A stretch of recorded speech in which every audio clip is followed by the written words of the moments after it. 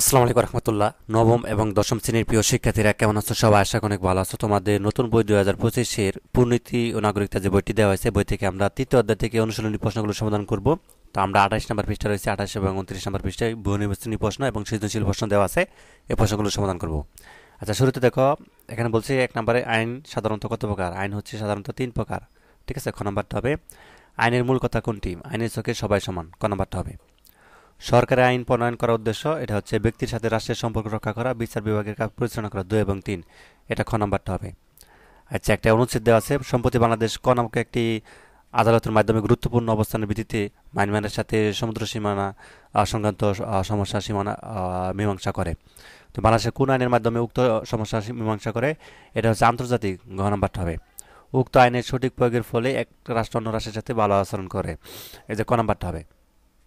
তো আমরা হচ্ছে এটা দেখে ফেললাম আর কি, বনিবস্তনী। তো এখানে দেখো একটা সৃজনশীল প্রশ্ন দেওয়া আছে। জনাব শ্যামল মিত্র একজন সংসদ সদস্য। তো তিনি তার এলাকার ইপ্রিদিং সমস্যা সমাধানের জন্য সংসদে একটি বিল উত্থাপন করলে বিলটি কণ্ঠভোটে পাশ হয়।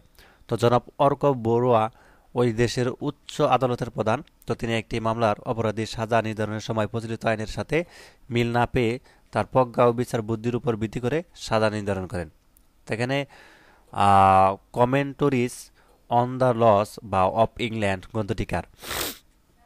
আমরা উত্তরটি দেখি। তো commentaries on the laws of England গ্রন্থটি ব্রিটিশ আইনজ্ঞ স্যার উইলিয়াম ব্লক স্টোনারের। ঠিক আছে।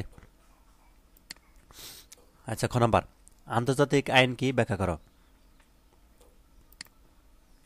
এক রাষ্ট্রের সাথে অন্য রাষ্ট্রের সম্পর্ক রক্ষার জন্য যে আইন প্রণয়ন উপভোগ করা হয় তাকে আন্তর্জাতিক আইন বলে। তুমি যদি এতটুকু লেখো তাহলে 2 নাম্বার দিবে। ঠিক আছে, আর সম্পূর্ণ লিখলে তুই 2 নাম্বার দিবে, সমস্যা নাই। তবে তুমি যেহেতু আন্তর্জাতিক আইন কি, তো এই সংখ্যাটুকু দিবে।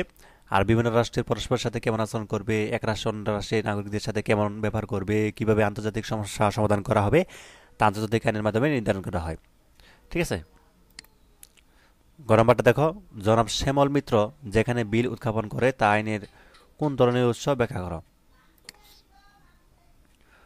আচ্ছা, জনাব শ্যামল মিত্র যেখানে বিল উত্থাপন করেন তা আইনের প্রধান উৎস আইনসভাকে নির্দেশ করে।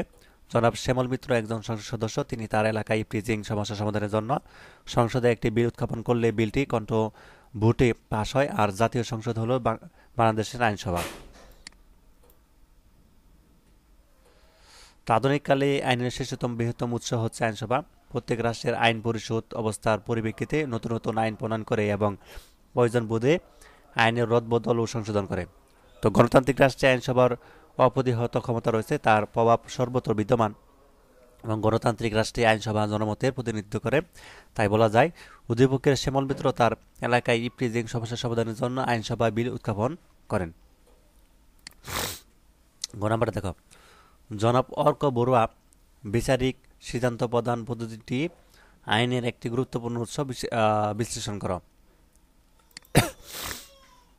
জনাব অর্ক বড়ুয়া বিচারিক কি সিদ্ধান্ত প্রদান পদ্ধতি আইনের একটি গুরুত্বপূর্ণ উৎস, উক্তিটি যথার্থ। বিচারকের রায় আইনের একটি গুরুত্বপূর্ণ উৎস। তো বিচারকগণ সাধারণত দেশের প্রচলিত আইন অনুসারে বিচার করেন। আদালতে উত্থাপিত মামলার বিচার কাজ সম্পাদন করায় জন্য প্রচলিত আইন অস্পষ্ট হলে বিচারকগণ তাদের প্রজ্ঞা অভিজ্ঞতার ভিত্তিতে নতুন আইন তৈরি করে উক্ত মামলার রায় দেন এবং প্রয়োজন বোধে আইনের ব্যাখ্যা দেন। পরবর্তীকালে অন্যান্য বিচারকগণ সেসব রায় অনুসরণ করে বিচার করেন। এভাবে বিচারকের রায় আইনের পরিণত হয়। যেমন যুক্তরাষ্ট্রের সুপ্রিম কোর্টের সাবেক 2 বিচারপতি মার্শাল ও চার্লস হিউজ বহুদূন অর্থাৎ নতুন আইন সৃষ্টি করেছেন। তারপর 2 বুকে থেকে এইটুকু বানিয়ে লিখবে, শেষ। আচ্ছা, পরবর্তী হচ্ছে আমরা যুক্তরাজ্যে দেখব। আজকের ক্লাসটা এই পর্যন্ত হয়। ধন্যবাদ সবাইকে।